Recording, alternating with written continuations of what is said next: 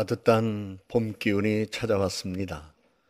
낮에는 봄을 느끼는 기쁨을 하나님이 우리들에게 주셨습니다. 하나님께서 여러분의 삶 속에 개입하셔서 여러분들에게도 이 봄에 좋은 일이 있기를 먼저 주님의 이름으로 축복합니다. 그런가 하면 3월이면 신학기가 시작되었습니다. 유아들은 물론 청소년들이 새로운 환경에 적응하며 자신의 꿈을 펼쳐나갈 기회를 얻기도 하였는데 하나님이 도와주셔서 앞날에 저들에게 은혜 주신 하나님의 기쁨을 여러분과 여러분의 자녀손들이 경험하며 살게 되기를 주의 이름으로 축복합니다. 하나님은 여러분의 자녀들의 성공을 응원합니다. 경건과 성공은 하나님의 사람들이 경험하여야 할 삶의 과정입니다. 하나님은 경건의 능력과 선한 영향력을 미치는 성공을 경험할 수 있도록 여러분을 도와주십니다. 성공이 곧 부자가 되는 것을 말하는 것은 아닙니다. 성공은 하나님이 원하는 사람이 되는 것이고 하나님께서 주신 인생의 목표를 이루어가는 것입니다. 성경은 놀라웠게도 이러한 성공을 이루어갈 수 있도록 꿈과 비전을 이루도록 도와주시는 분이 하나님이심을 우리들에게 말씀합니다. 하나님은 복 주시는 하나님이십니다. 최초의 인간 아담에게 생육하고 번성하여 땅에 충만하라, 땅을 축복하라는 축복의 말씀을 하셨습니다. 하나님께서는 여러분의 소원을 들어주시고 소원의 항구로 인도하신다고 또한 오늘 성경 말씀에서도 우리들에게 말씀한 바 있습니다. 그렇기 때문에 하나님은 여러분이나 여러분의 자녀들이 세상에서 성공하기를 원하며 성공을 돕고자 준비하고 계신다고 하는 믿음을 갖고 주의 말씀에 마음을 열고 믿음으로 살아가야 할 것입니다. 시편 20편 4절과 5절의 말씀을 여러분은 보았습니다. 내 마음의 소원대로 허락하시고 내 모든 계획을 이루어 주시기를 원하노라. 우리가 너의 승리로 말미암아 개가를 부르며 우리 하나님의 이름으로 우리의 깃발을 세우리니 여호와께서 내 모든 기도를 이루어 주시기를 원하노라 말씀합니다. 여기에는 세 가지 증거가 있습니다. 첫째는 하나님께서는 성경 말씀을 통하여 진정한 성공의 원리를 모든 사람들에게 가르쳐 주셨습니다. 어떻게 성공할 수 있는지에 대한 지혜와 지식을 주셨습니다. 둘째는 하나님은 각 사람의 마음과 생각 속에 성공하고자 하는 자연적인 욕구를 주셨습니다. 더 나은 모습이나 더 나은 생활로 발전하며 성공하고자 하며 그리고 그 꿈을 마음에 간직한 것은 자연스러운 욕구입니다. 셋째는 하나님은 하나님으로부터 받은 자신의 은사와 재능과 습득한 기술이 잘 개발되고 사용될 때에 성공의 유익을 창출할 수 있는 기회를 이 세상 살아있는 동안에 주셨습니다. 이 세상 살아가는 동안 습득할 기술이 많이 있습니다. 그래서 그 기술을 잘 습득해야 할 지혜와 명철이 우리들에게 있어야 합니다. 갓난아기를 보십시오. 누워만 있던 아기가 어느 날 스스로 뒤집었습니다. 부모님들은 깜짝 놀랍니다. 우리 아이가 뒤집었어요. 뒤집을 줄 아는 아이가 어느 날 엎드려서 기어다니려고 애를 씁니다. 조금 기어갑니다.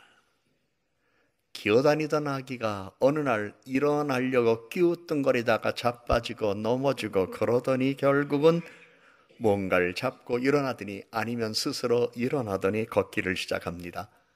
부모들이 깜짝 놀랍니다. 우리 아이가 걸었다고 박수까지 치면서 환호합니다. 조금 있더니 뭔가를 잡으려고 그것도 빨리 잡으려고 아이가 막 달려갑니다. 달려가다가 자빠집니다. 그러더니 다시 일어나서 또 달려가서 자기가 잡고 싶은 것을 움켜쥡니다. 걷고 달리다가 넘어지기도 하고 넘어졌다 일어나기도 하고 눈에 보이는 뭔가를 잡으려고 노력하는 모습을 봅니다. 그러면서 안 넘어지는 기술도 터득합니다. 참 신기합니다. 이것은 눈에 보이지 않는 자연적인 욕구의 힘입니다. 그 욕구를 누가 가르쳐 주셨나요? 누가 주입해 줬나요? 암기를 시켰나요? 하나님께서 이미 인간의 마음에 그러한 자연스러운 욕구를 주셔서 갓난아기가 일어나 뛰고 걷고 자기가 잡고 싶은 것을 쫓아가고 가서 움켜쥐고 성취감을 경험하는 그러한 기쁨을 하나님은 아주 자연스럽게 우리의 마음속에, 인간의 생각 속에 주셨습니다. 그걸 억압하지 마세요. 경건이라는 것은 그것을 억압하는 게 아닙니다. 거룩한 삶을 살고 하나님이 기뻐하는 것이 무엇인가를 생각하며 오히려 하나님이 내게 주신 자연의 욕구를 자연스럽게 개발해서 보다 더 나은 삶, 보다 더 나은 모습을 이루어가는 겁니다. 원시인이나 야만인이나 미개인들은 화장하지 않습니다. 그런데 도시사회에 사는 현대의 문명인들은 화장하기 시작했습니다. 이유는 하나입니다. 남에게 예쁘게 보이려고, 남의 눈에 띄려고. 화장술이 개발됐습니다. 화장품도 개발됐습니다.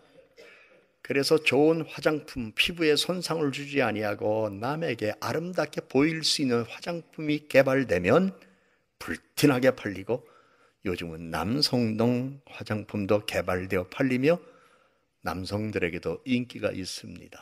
화장품이란 자기를 아름답게 만드는 하나의 생활용품이 되어버렸습니다. 왜 사람들이 그런 것을 사나요? 왜 사람들이 그것을 사서 자기를 가꾸나요? 이유는 하나입니다.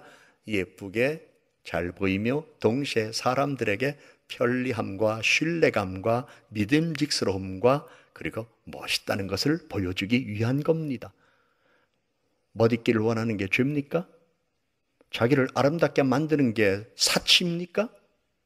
그래서 상대방에게 기쁨을 주고 나의 나됨을 멋있게 보일 수 있다면 그건 좋은 것 아닙니까? 이를 위하여 사람들은 화장품도 사고 자기도 가꾸고 눈썹도 다듬질하고 손톱도 깎고 손톱에 뭐 반짝반짝하는 것도 붙이고 그러는데 이유가 뭘까요? 아름다움의 추구입니다.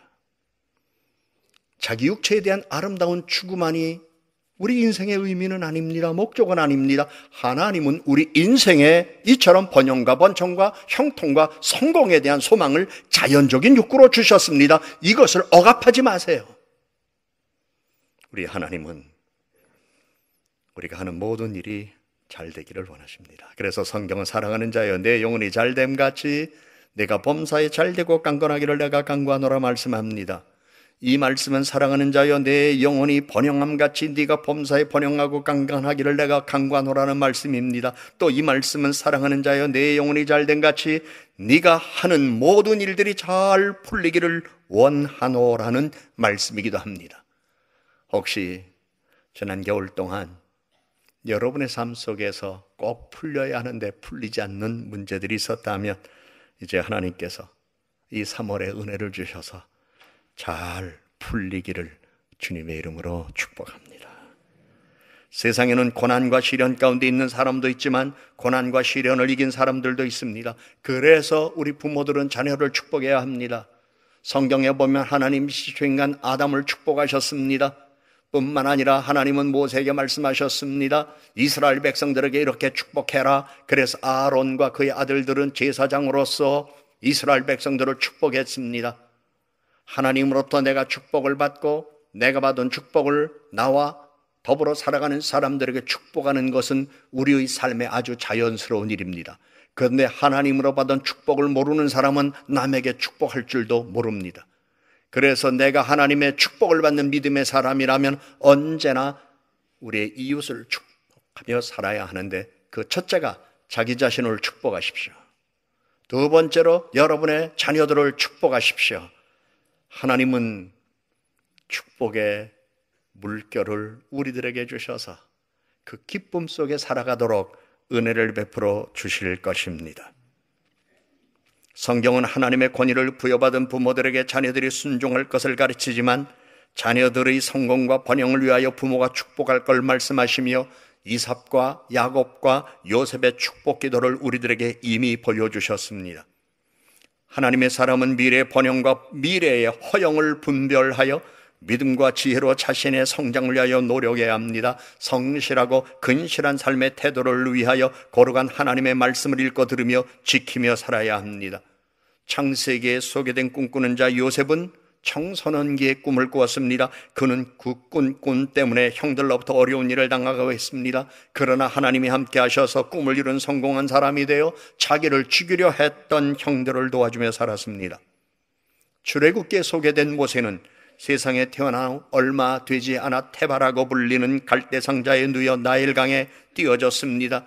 이후에 히브리 사람인 그는 애굽 공주의 양아들이 되어 왕궁에서 성장했으나 40살이 되었을 때 애매한 사건에 휘말려 광야로 피신했고, 광야에서는 양치는 목부로 40년 살다가 80살에 호렙산에서 하나님 만나 애굽에서 노예 생활을 하던 이스라엘 백성들을 가나안 땅으로 인도하는 지도자가 되었습니다. 사무엘 상하에는 많은 인물들이 나옵니다만 그 가운데 주인공이라고 말할 수 있는 다윗은 목동이었습니다. 믿음과 용기와 지혜로 살았던 그는 골리앗 장군을 물맷돌로 쓰러뜨린 후 사울의 왕궁에서 살게 되었습니다. 그러나 시기와 질투로 어려움을 겪고 왕궁을 떠나 광야의 동굴에 숨어 살다가 사울 왕이 죽은 후 이스라엘 왕이 되었습니다. 그러나 왕이 된 이후에도 가정적으로 복잡한 일들이 많이 있었습니다. 권력에 눈이 먼 아들이 배다른 형제들을 죽이려 하고 아버지까지 축출하려고 했습니다. 그럼에도 불구하고 다윗은 믿음으로 살며 하나님의 지혜를 구했습니다. 이후 하나님의 도움으로 다윗은 이스라엘 역사상 가장 위대한 왕이 되었습니다. 다니엘서의 주인공 다니엘은 조국 이스라엘이 바벨론 침략으로 정복당하였을 때에 청소년기에 바벨론 포로 수용소로 끌려가 지냈습니다. 그러나 그의 총명함이 인정되어 바벨론의 느부갓네살 왕의 통치하에 성장했고, 이후 근동지방의 정치적 군사적 변화에 의하여 통치자가 4번이나 바뀌었지만은 영향력을 미치는 안정된 자리에서 살았습니다. 다니엘은 이스라엘 청소년의 표상이며 희망의 증거가 되었습니다. 성경은 시련과 역경을 헤치고 일어나 하나님 앞에서나 사람들 앞에서 거룩하고 선한 영향력을 끼친 사람들을 많이 소개합니다. 아울러 그들의 성공적인 생애는 그들만의 것이 아니라 오늘에서 내일을 살아가는 현존하는 미래인 청소년들에게도 경험되어지는 삶이 되어질 수 있음을 약속합니다. 역경과 시련은 인생의 장애가 아니라 자신을 훈련시키는 훈련의 과정일 뿐입니다. 성경 속의 인물 요셉, 다윗, 모세, 다니엘 그들은 모두 흙수저였습니다. 그러나 하나님이 금수저로 바꿔주셨습니다. 요셉의 경우에는 하나님과 함께하는 사람으로 일상을 신뢰하고 주어진 일에 순종하는 사람이었습니다. 주위의 모든 것들이 실패로 향하고 있는 것처럼 보일 때에도 일상에 신실한 모습을 보였습니다. 오히려 하나님은 그의 실패를 경험 삼아 그가 성공의 기쁨이 무엇인가를 그에게 주셨습니다. 여러분은 자기 자신을 어떻게 생각하고 있습니까? 여러분은 여러분의 자녀들의 미래를 어떻게 생각하고 있습니까? 사람들이 대부분 자신에 대한 생각이나 느낌을 행동 양식에 그대로 투영하는 것 같습니다. 그래서 옷을 단정하고 깨끗하고 스마트하게 잘 입는 사람이 성공한다는 책도 출판되었습니다. 서점에 가서 어느 날 볼만한 책을 찾다 보니까 눈에 띄는 제목이 하나 있었어요. 성공하는 사람은 옷을 잘 입는다. 눈에 띄어서 읽어봤습니다. 그러면서 전 세계 여러 사람들의 이야기를, 그리고 그들의 생활을, 그들의 옷 입는 매무새를 쭉 얘기했는데 공통적인 특징이 그거였습니다. 사치한 옷을 얘기하는 거 아닙니다. 비싼 옷을 얘기하는 거 아닙니다. 명품을 이야기하는 거 아닙니다. 언제나 자기를 단정하게, 깨끗하게, 사람들로부터 신뢰를 받을 수 있는 모습으로 자기를 가꾸는 사람들이 성공했다는 이야기였습니다. 하나님께서 주실 성공을 기대한다면 자기 관리도 실력입니다. 여러분, 다 그런 건 아니지만 푸시하고 다니지 마세요. 집에서도 헤벨렐레 하고 살지 마세요. 자기를 언제나 남이 볼 때 신뢰받을 수 있는 모습으로, 아이들도 마찬가지입니다. 아이들이 캐주얼을 입고 다니죠. 잘못된 건 아니에요. 근데 그렇게 입고 다니던 아이들이 회사에 입사해서 정장을 입고 다녀야 할 상황이 되면 하이힐을 못 신어요. 그래서 하이힐 신고 있다가 남이 안 볼 땐 벗고 슬리퍼 신고 있고, 그리고 또 하이힐 신고 정장을 어디 나가될 때는 제대로 걸을 줄 몰라서 끼뚱끼뚱 삐딱그래서 그 구두를 삐딱구두라고 그랬나요?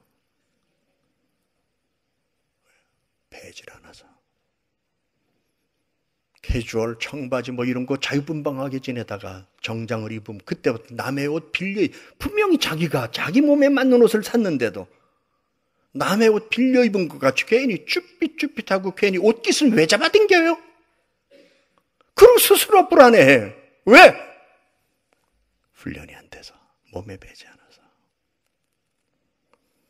여러분, 사람은 자기가 생각하는 대로 자기의 모습을 남에게 보이는 겁니다. 하나님은 우리 안에 그러한 자연적인 욕구를 주셨어요.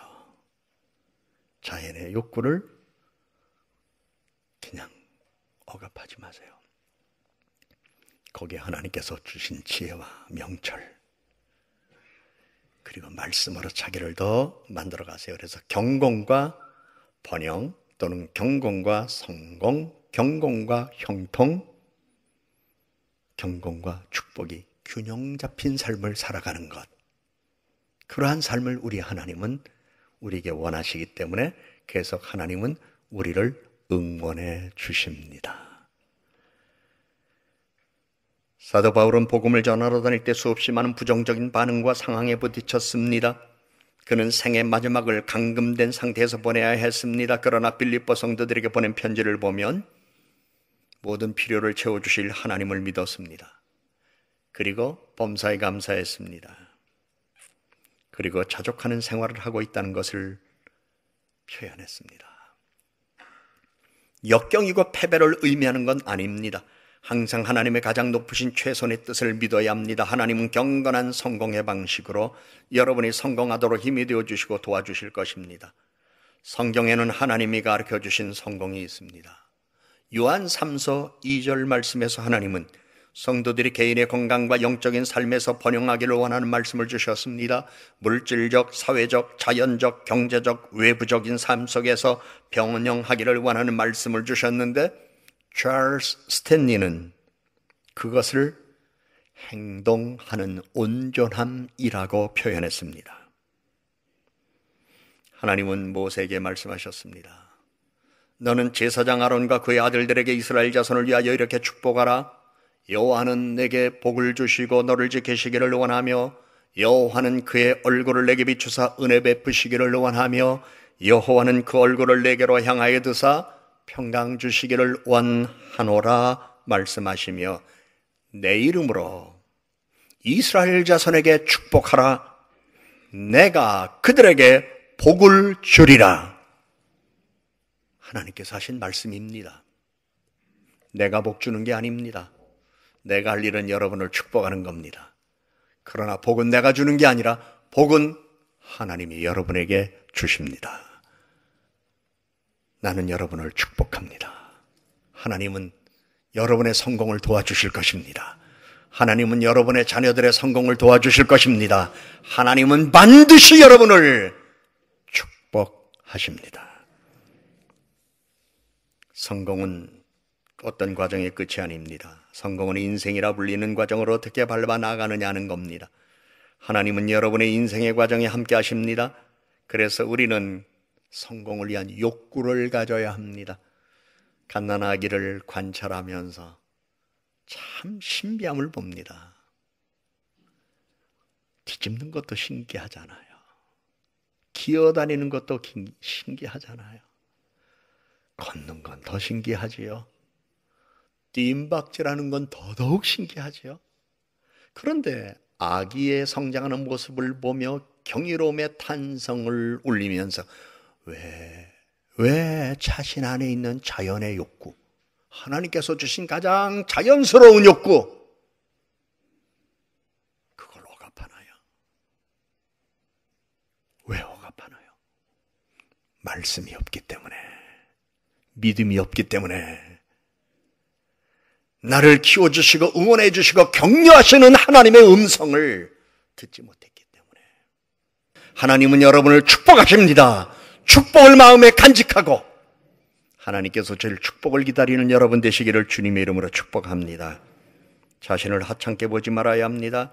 자신의 외모와의 부족한 교육과 배경을 변명의 구실로 삼지 말아야 합니다. 하나님은 이미 여러분의 모습과 성장 배경을 다 알고 계십니다.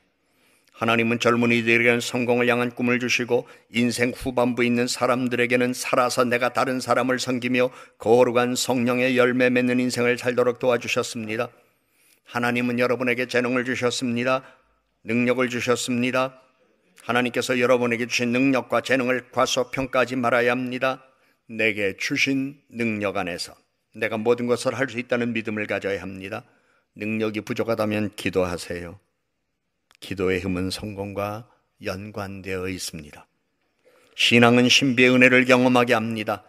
기독교적 삶의 가장 큰 신비 가운데 하나는 자족하면서 동시에 하나님께서 번영하기를 원하셔서 도전하며 성취하기를 원하는 마음을 주신 겁니다. 갓난아기를 다시 한번 생각해 보세요. 누워서